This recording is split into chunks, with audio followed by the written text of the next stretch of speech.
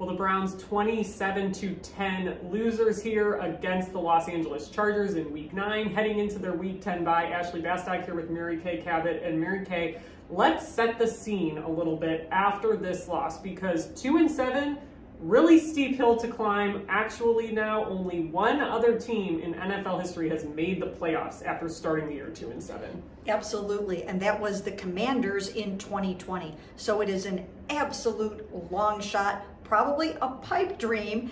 Some of those guys were still talking about it and keeping that going a little bit in the locker room. But the truth of the matter is they really, really needed this victory to try to be able to say, hey, two teams last year started 3-6 and made the playoffs. And if you remember, of course, on Friday, Myles Garrett said a victory against the Chargers on Sunday changes the whole atmosphere around the team. Well, a loss kind of does the same thing, because heading into their bye week now, it really has a feeling of finality to it. Yeah, so let's talk a little bit about this defense, because I do think they are one of obviously the stories of the game. They started out really strong, sacked Justin Herbert 6 times in the first half, but it ended up not mattering a ton because of some other issues out there. Yeah, there were definitely some other issues out there, and it was really unfortunate for this football team, for this defense, because they have been playing pretty well defensively lately.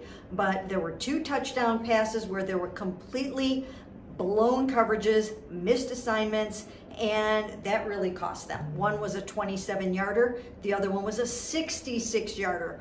2 players involved in both of those were Denzel Ward, Juan Thornhill.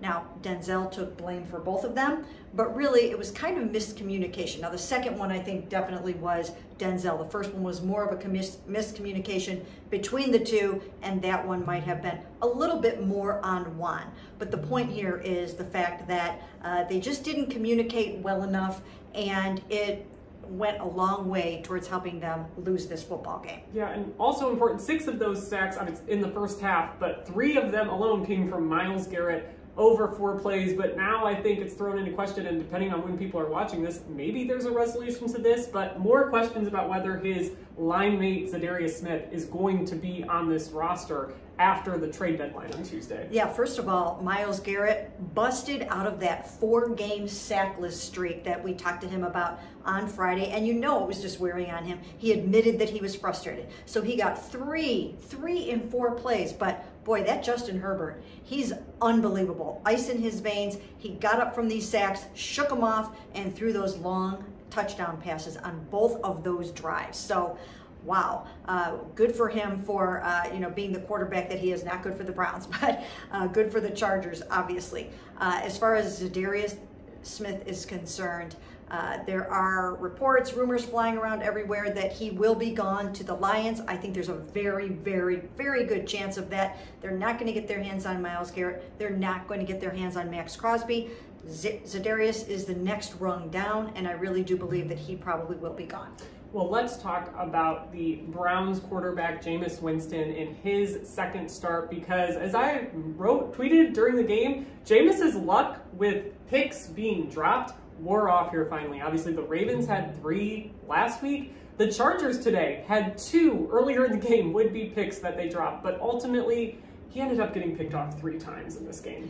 He really did, and obviously, you just can't have that. And the costliest of all came on that 3rd quarter drive out of the half. They come down, they possess the ball for more than 8 minutes, they get down to the 5, time to score a touchdown, get back in the game while trailing 20-3, and he gets picked off in the end zone. You cannot do that.